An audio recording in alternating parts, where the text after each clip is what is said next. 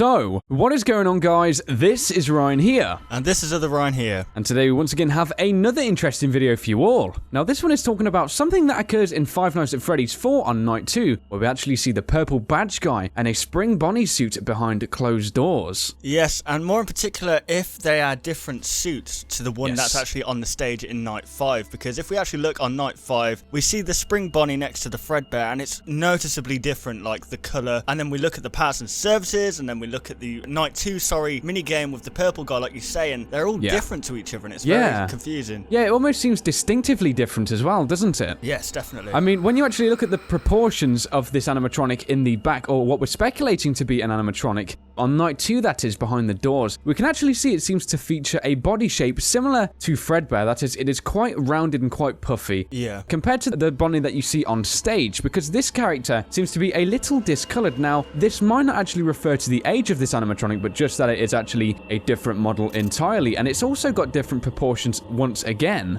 So something which is actually really worth looking back at once again is Five Nights at Freddy's 3, and interestingly enough, when this game first came out, a lot of people said that this game didn't really answer many questions, and I think we're included in that margin too. Definitely, yeah. It's like when you start looking back actually into the game, there's a lot more than meets the eye initially, and I think Five Nights at Freddy's 4 has really introduced us to this. Yeah, I think Five Nights at Freddy's 3 was kind of more of a connecting game. Like, yes. It was thrown out into the timeline where at the time it wouldn't really make sense, but then when joined with everything else, it all fits together perfectly. Now, there was one really distinct feature about Five Nights at Freddy's 3 which really made it differ from the rest, and that was actually the introduction of a new phone guy, and he was actually known, of course, as the Phone Dude. Now, from what we can actually tell in the calls, it appears that they are investigating a previous Freddy Fazbear's Pizza establishment, and they actually managed to uncover Springtrap amongst other things. But the interesting thing is the Phone Dude actually disappears after night 2, and we're actually left with a lot of recordings, and it almost seems like these recordings may have actually originated from the establishment we're seeing in Five Nights at Freddy's 4. Yeah, when we're actually introduced to the original phone guy in Five Nights at Freddy's 3, we are basically given tutorials on how to properly handle the spring lock suits. Yes. He was basically saying that there's a new type of animatronic suit in which you can get inside, but pretty much it's a death trap to get inside, because he mentioned something about spring lock failures and like bleeding out and to just go away and die pretty much. And then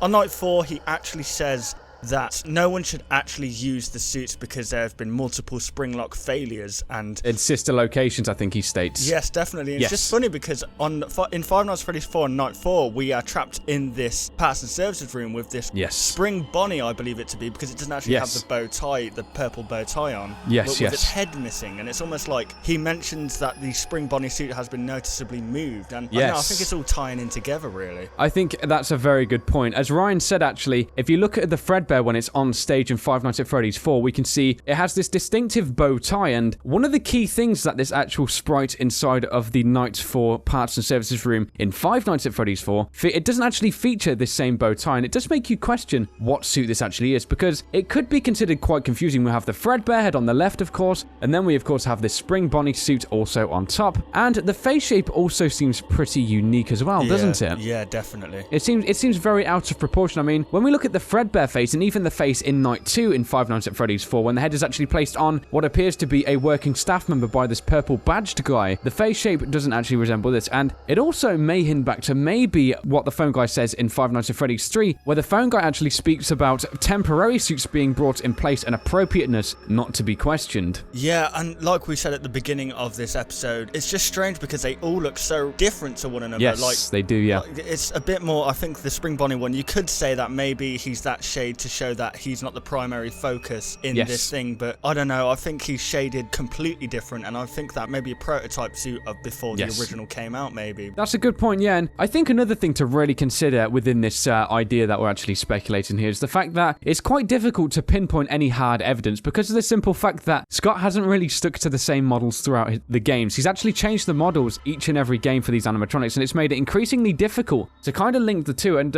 I think it's one of those things which makes sometimes, speaking speaking about these theories with the minigames, quite difficult because, as I said, Scott changes the appearance of these guys all the time, and it's just hard to pinpoint any unique features down. Yeah, definitely. And it's that coupled with also the fact that there's 3 of these Spring Bonnie characters, so we're now speculating. It's all starting to mishmash together, and it makes you think, how many suits really is there? Yeah, what else is he hiding? I was going to say, exactly, and we only see this Spring Bonnie suit as well from Night 2 in one specific shot, and a key thing to remember here, guys, is that this is an Easter egg, as in, we're not supposed to see this unless we know what we're doing, and I think Scott knew someone was going to try and go back on themselves after that cutscene was triggered, and it's because of this that it's included, and other than that, you're not going to see it, so maybe this suit is tied in a little bit more than we may think into also the other games and what we hear in the other nights, because also in Five Nights at Freddy's 2, there's mention of a yellow suit being used, and all the animatronics not working right. It doesn't actually specify Golden Freddy, and it's going to go into one of those sort of things again, because there is so many yellow suits, and it's absolutely crazy how many there is to think about. Yeah, definitely. I mean, Scott likes to kind of show what he wants to show in plain sight, but I don't know, it's very hard to see it. Whilst the evidence is in front of us, it's just so hard to grasp, isn't it? Yeah. Exactly, yeah. Yeah.